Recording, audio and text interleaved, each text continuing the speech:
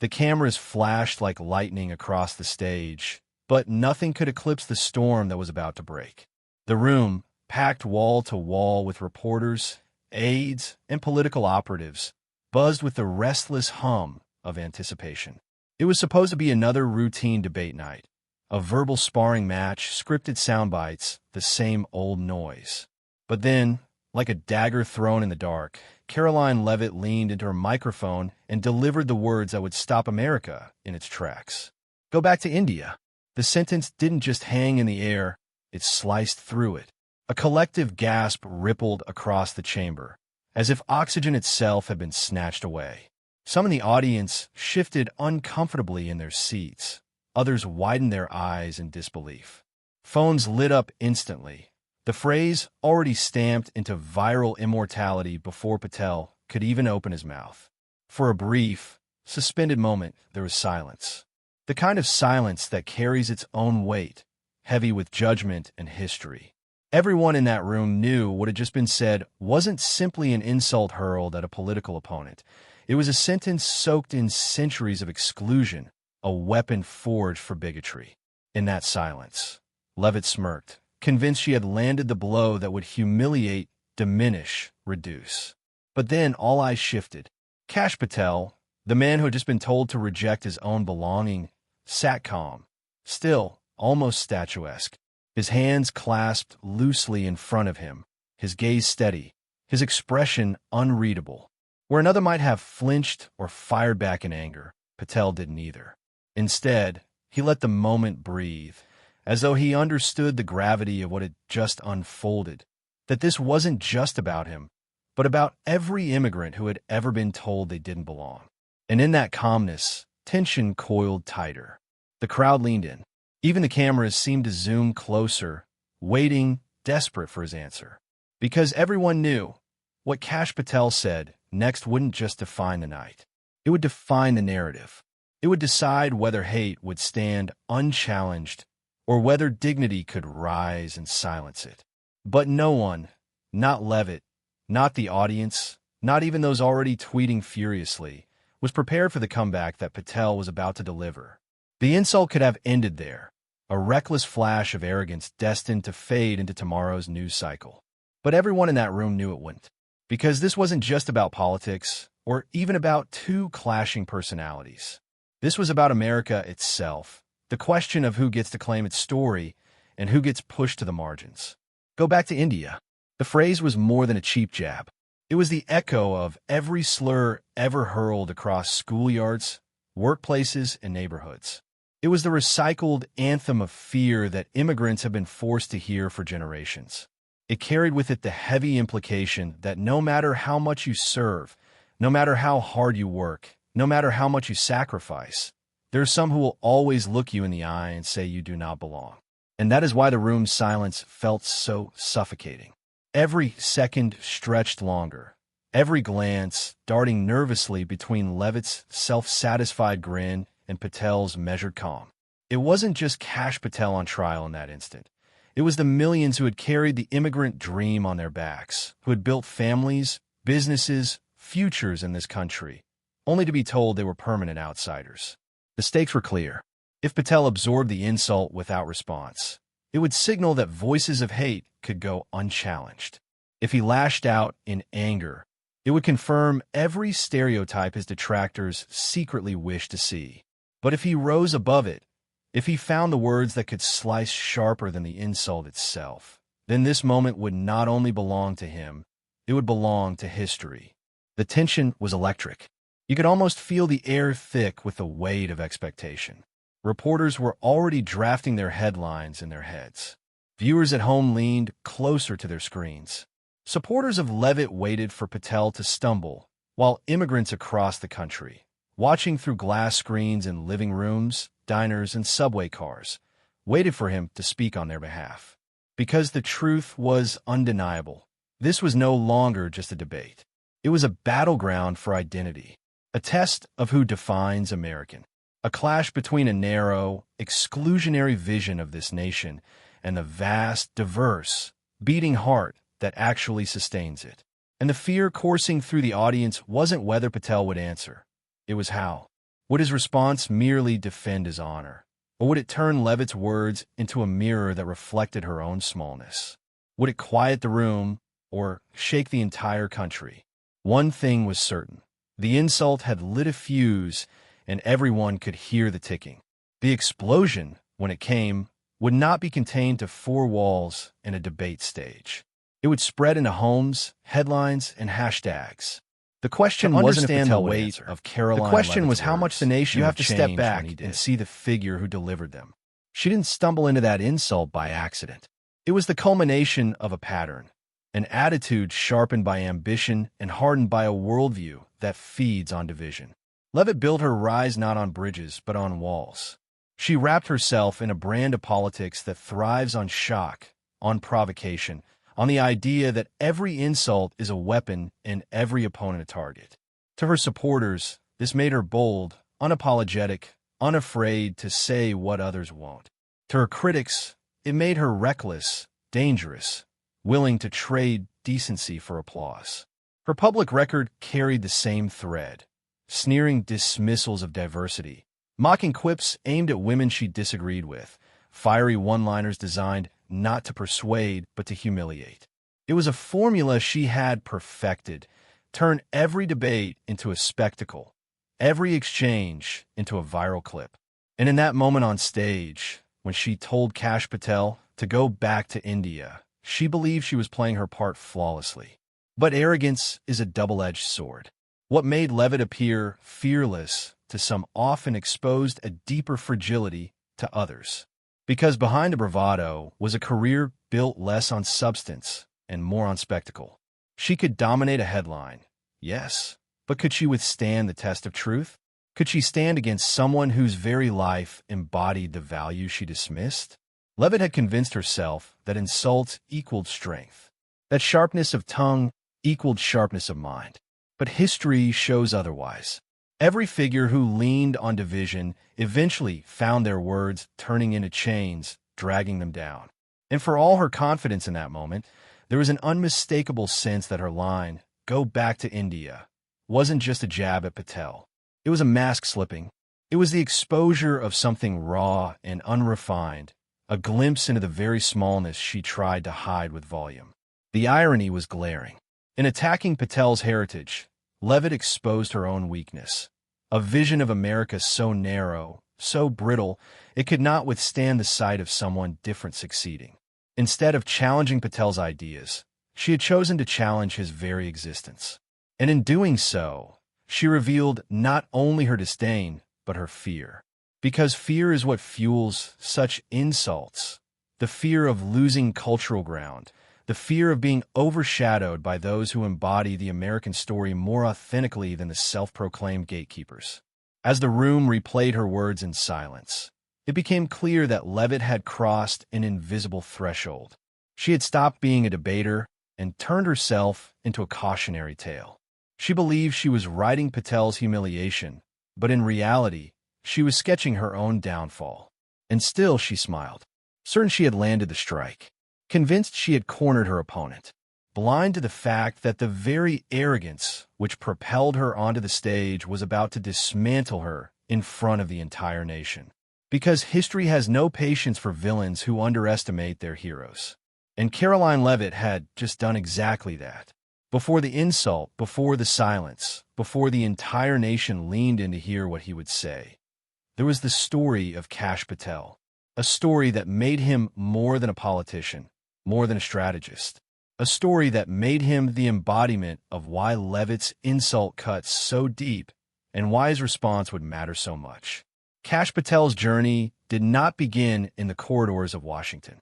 It began with parents who carried the immigrant dream across oceans, who arrived in America with little more than grit and faith.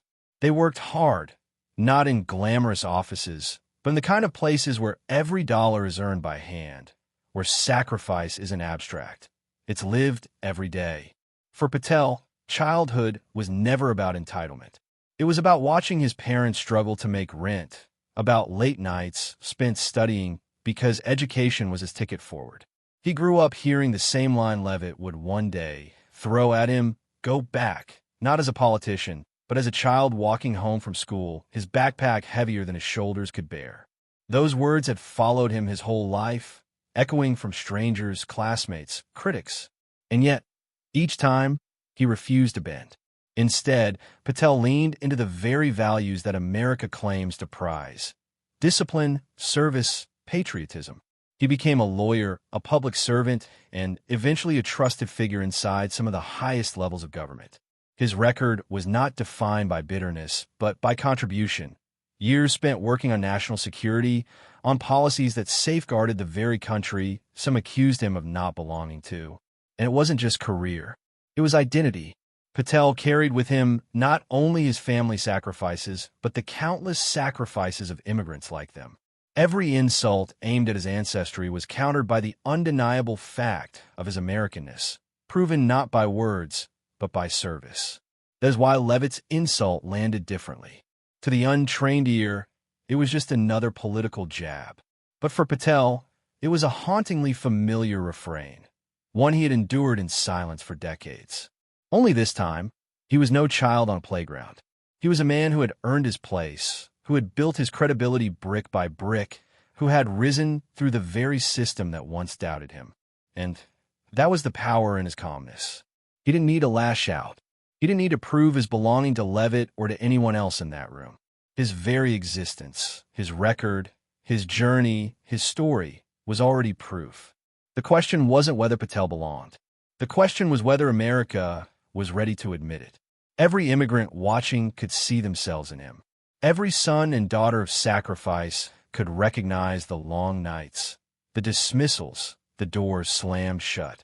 Patel was not just speaking for himself. He was standing as the symbol of an America too often denied, but never extinguished. And so, as the silence lingered after Leavitt's words, Patel's story was already speaking. A story of resilience, of belonging, of defiance without bitterness. A story that had been preparing him, silently, for this very confrontation. Because when his response finally came, it would not be the anger of a man wounded. It would be the strength of a man who had already overcome far worse. The silence after Leavitt's insult was not the end of the exchange. It was the ignition. What followed was a clash that pushed the debate into uncharted territory, a duel not of policy points or rehearsed sound bites, but of raw identity and character. Leavitt, sensing the weight of her own words but mistaking it for momentum, doubled down. Her smirk turned sharper, her tone louder, as she leaned into the microphone once more. "This isn't about heritage," she insisted. "This is about loyalty. People like Kash Patel don't understand the America the rest of us grew up in." The words sent another ripple through the room. Gasps mixed with murmurs. She wasn't walking it back. She was digging deeper. To her, this was the moment to assert dominance, to paint herself as the guardian of Americanness, the arbiter of who qualified and who didn't. Patel did not flinch. His face remained composed, his eyes fixed steadily ahead, refusing to give her the satisfaction of a visible crack. That composure itself became a statement, a contrast more powerful than any immediate rebuttal. Where she was agitated and defiant, he was calm and deliberate. The stage no longer looked balanced. It looked like arrogance screaming into the void and dignity refusing to bow. The moderator tried to redirect, to move the debate back to safer topics, but the crowd wasn't ready. They leaned forward in their seats, waiting to see if Patel would finally break his silence. Was he going to let her rewrite his belonging on national television? Or was he preparing something so sharp that the delay itself was part of the strategy? Leavitt pressed on, unable or unwilling to read the room. This country has been hijacked by people who think they can come here, rewrite our values, and claim they're more American than us. It's insulting to every real patriot in this room. The arrogance hung heavy, like smoke refusing to clear. Some audience members shook their heads in visible discomfort. Others whispered furiously. Reporters' fingers raced across keyboards, capturing every word, knowing history was being written in real time. And still, Patel remained silent. His pause was no longer passive. It was electric, It was the kind of silence that shifts the balance of power, the kind that makes the aggressor sweat, the kind that tells the audience, I am choosing my moment, not being forced into one. Every second of restraint made Leavitt look smaller, more frantic. The louder she became, the more desperate it sounded. The calmer Patel sat, the more the room began to sense that something extraordinary was building beneath the surface. And then, at last, Patel adjusted the microphone. A subtle movement, almost ordinary, but in that room, it felt seismic. The chatter died instantly. The moderator froze. Even Leavitt, for the first time that night, seemed unsettled. The debate had escalated past insult, past policy, into something symbolic, something bigger. Everyone could feel it, and when Patel finally spoke, what came out wouldn't just be words. It would be the response the nation didn't know it was waiting for. The room was silent enough to hear the faint hum of the lights overhead as Kash Patel finally leaned toward the microphone. His pause had lasted long enough to feel eternal, and when he spoke, his voice was steady, deliberate, almost disarmingly calm. You know, he began, his words slow, chosen. Every time someone tells me to go back, I can't help but smile. Because what they don't realize is, I'm already home. The effect was instantaneous. The crowd shifted, gasps breaking into scattered applause. His calmness was the weapon, his dignity the blade. In one line, Patel had reframed the insult, turning it into a declaration of belonging so powerful that even those who disagreed could not deny its force. Leavitt blinked, caught off guard. Her smirk faltered for the first time. She had expected outrage, fire, maybe a shouting match. Instead, Patel's serenity exposed her aggression for what it was, petty, small, desperate. He continued, building momentum, each sentence layered with the weight of lived experience. My parents came here with nothing. They worked jobs most people in this room would never take because they believed in the promise of this country. They didn't complain. They didn't quit. They didn't tell anyone else to leave. They built a life. They built a future. And they taught me that America isn't about where you come from. It's about what you contribute. The audience broke into applause again, louder this time, the sound rolling like thunder across the stage. Patel didn't raise his voice. He didn't need to. His words carried authority not from volume, but from truth. Leavitt shifted in her chair, her posture stiffening. The sharpness in her eyes betrayed a sudden realization. This wasn't going the way she planned. What she thought would be Patel's humiliation was turning into her own unraveling. Patel leaned in closer, his tone soft but piercing. You say go back to India. I say my America is right here. In the Constitution I swore to defend. In the communities I've served. In every immigrant family that has sacrificed so their children could stand taller than they did. That is America, and no insult, no sneer, no shallow remark can take that away. The eruption was deafening this time. Applause, cheers, even shouts of support from the back rows. Viewers at home would later describe goosebumps, a moment where the air itself seemed to shift. The balance of power on that stage had flipped completely. Patel, sensing the tide, delivered the finishing stroke. The truth is, when you tell me to go back, you're not really talking to me. You're talking to every immigrant kid who dared to dream, every soldier who wore the uniform despite being told they didn't belong, every family who kept building even when the world tried to tear them down. And I'll tell you this, we're not going back. We're moving forward. And America moves forward with us. It was the kind of line that didn't just end an exchange, it ended an era. A line destined to be replayed in clips, quoted in headlines, shared in classrooms and living rooms alike.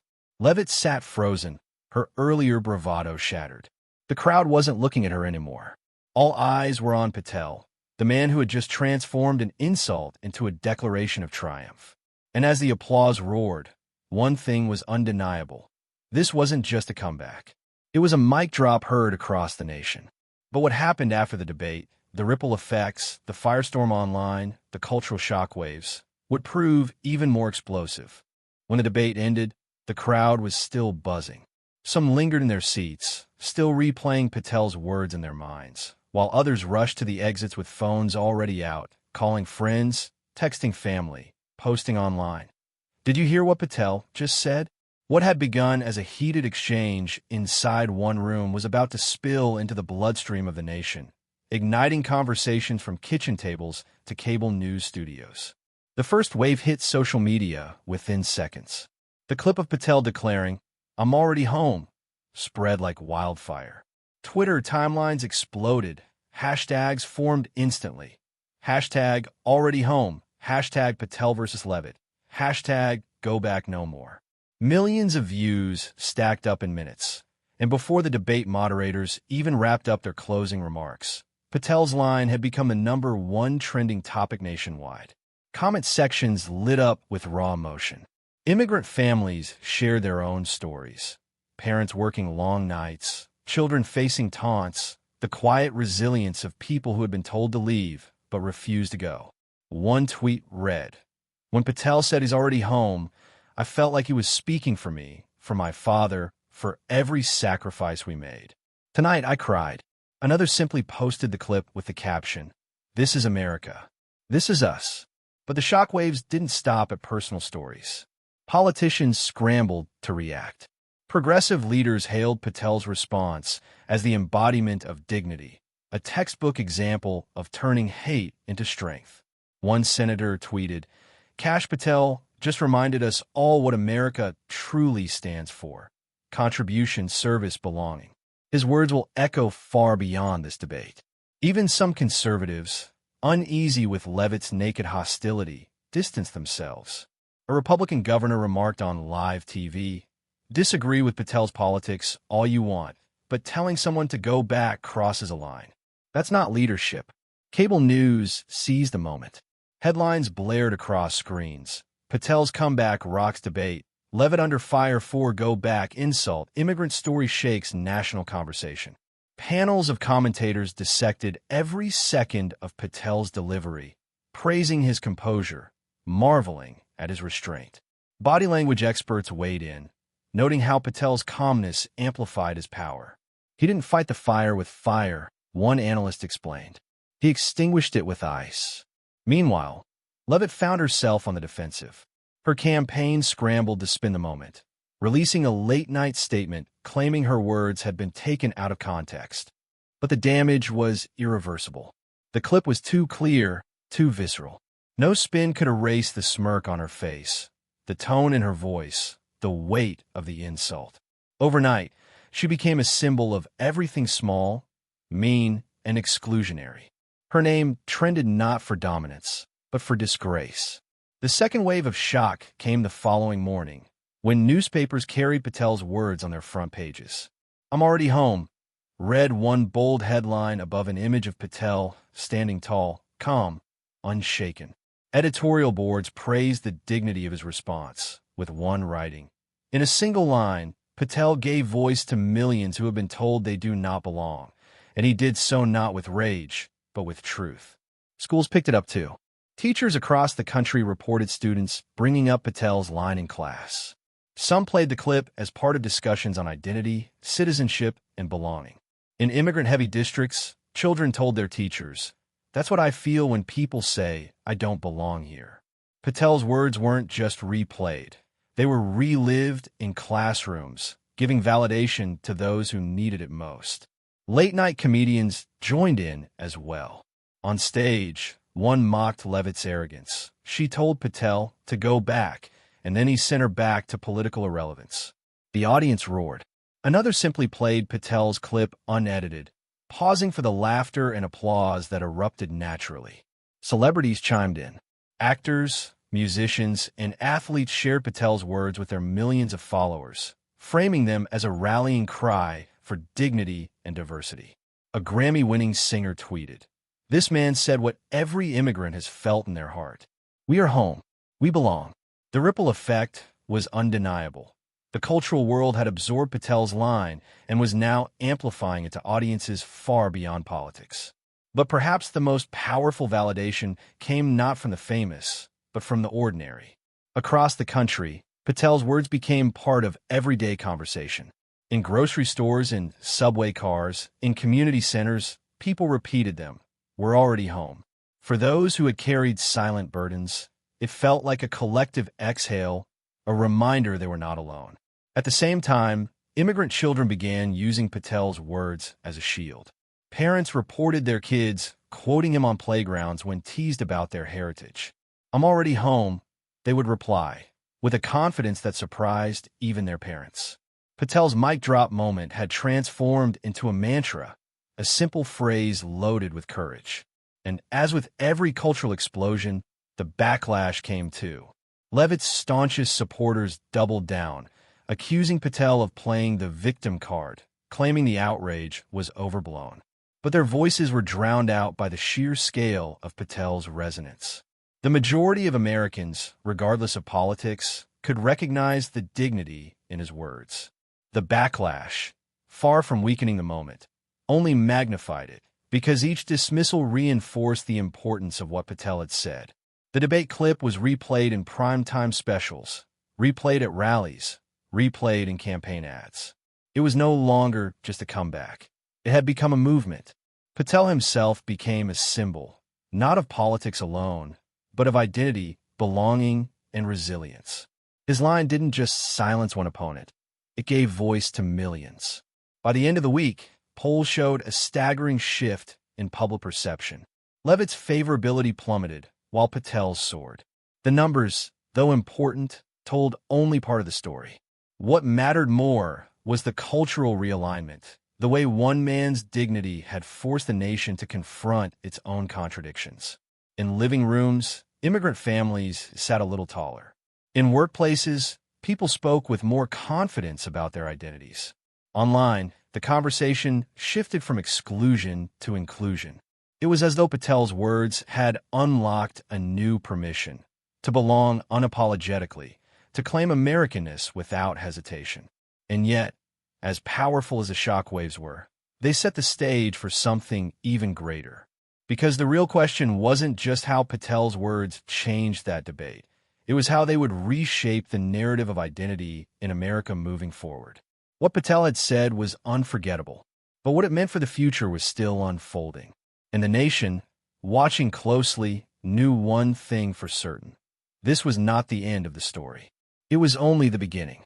When the noise of trending hashtags, cable news debates, and late-night comedy faded, what remained was something deeper, an echo in the American conscience. Patel's words, "I'm already home," were no longer just a comeback. They had crystallized into a moral lesson, a mirror held up to a nation still wrestling with who belongs and who gets to decide. At its core, Patel's response revealed the emptiness of hate. Leavitt's insult had been sharp, meant to wound, meant to reduce him to an outsider. But Patel flipped the script, not with rage, not with insult, but with truth. His dignity exposed the fragility of exclusion. His calmness showed that strength does not come from shouting louder, but from standing rooted in conviction. The lesson resonated because it was universal. You didn't have to be an immigrant to understand it. Every person who had ever been told, "You don't belong here," whether in a schoolyard, a workplace, or a community, felt the sting and the triumph of Patel's words. His comeback wasn't just about him. It was about all of us.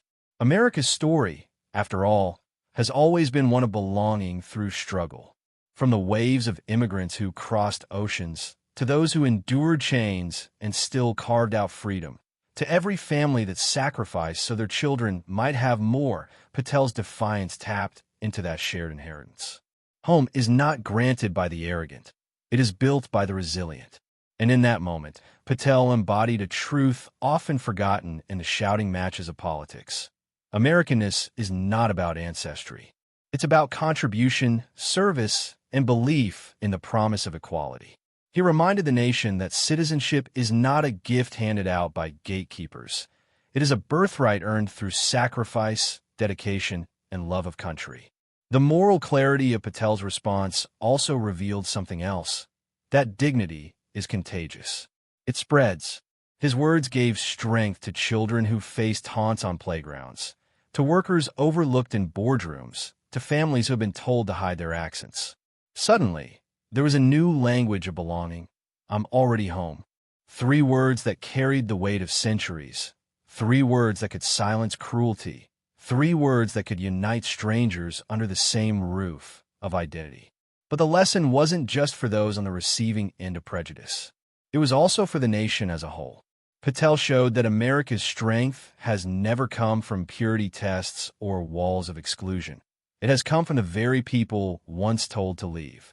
Each wave of immigrants, once scorned, became the lifeblood of progress. The very people pushed away have always been the ones to push America forward. Patel's line didn't just puncture Leavitt's arrogance. It reminded America of itself, of its ideals, its contradictions, and its unfinished work. It reminded us that belonging isn't something granted by the powerful. It's claimed by the people who refuse to be erased. And perhaps the greatest moral lesson was this: dignity will always outlast hate.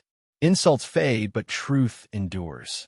Patel may have been targeted in one debate hall, but his response rippled into eternity because it carried more than a personal defense. It carried a universal principle. We belong because we build, because we believe, because we are home. As America reflected on Patel's words, the message became clear. The moral arc of the debate wasn't just about one insult and one response. It was about the soul of the country, about whether we will define belonging by exclusion or by the courage of those who claim it. And in that choice, Patel left no doubt.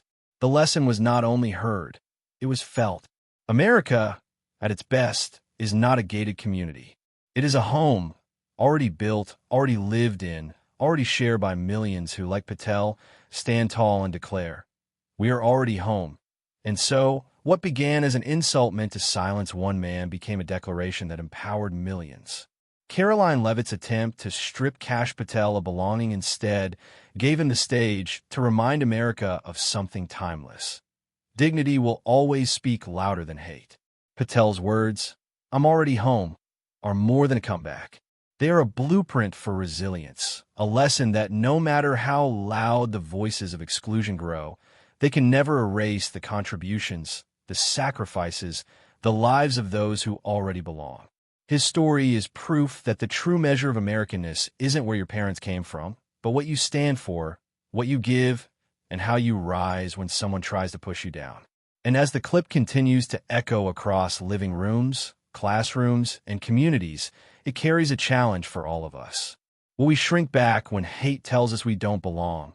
Or will we stand taller and answer with dignity? Will we let arrogance define who is American? Or will we claim, together, the truth that this nation is strongest when everyone who builds it is recognized as part of it? That choice belongs to us now.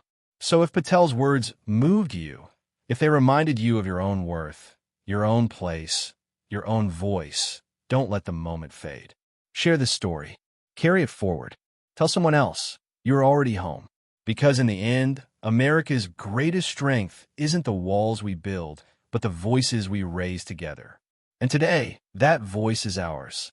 This is more than a debate clip. This is a movement. Be part of it. Subscribe, share, and stand with us, because the story doesn't end here.